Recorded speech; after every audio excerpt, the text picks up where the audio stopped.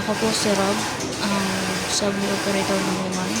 Ito po ang ating motor machine. Ito ay ginamit natin sa loob ng 5 araw na umabot ng 11 weeks. Ito po ang ating printer head. At ito naman po ang copy. Head clean.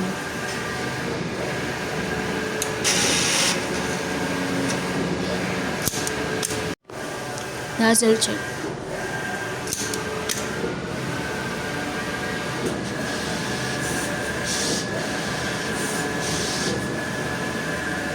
Ito po ang ating ACC profile. Ang ating ink system ay tama lang.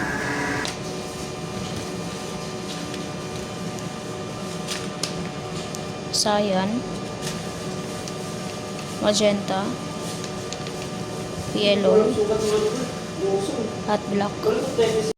Ito naman po ang ating stock ng Sablinova ink, CMYK. At ito naman po ang ating used Sablinova ink.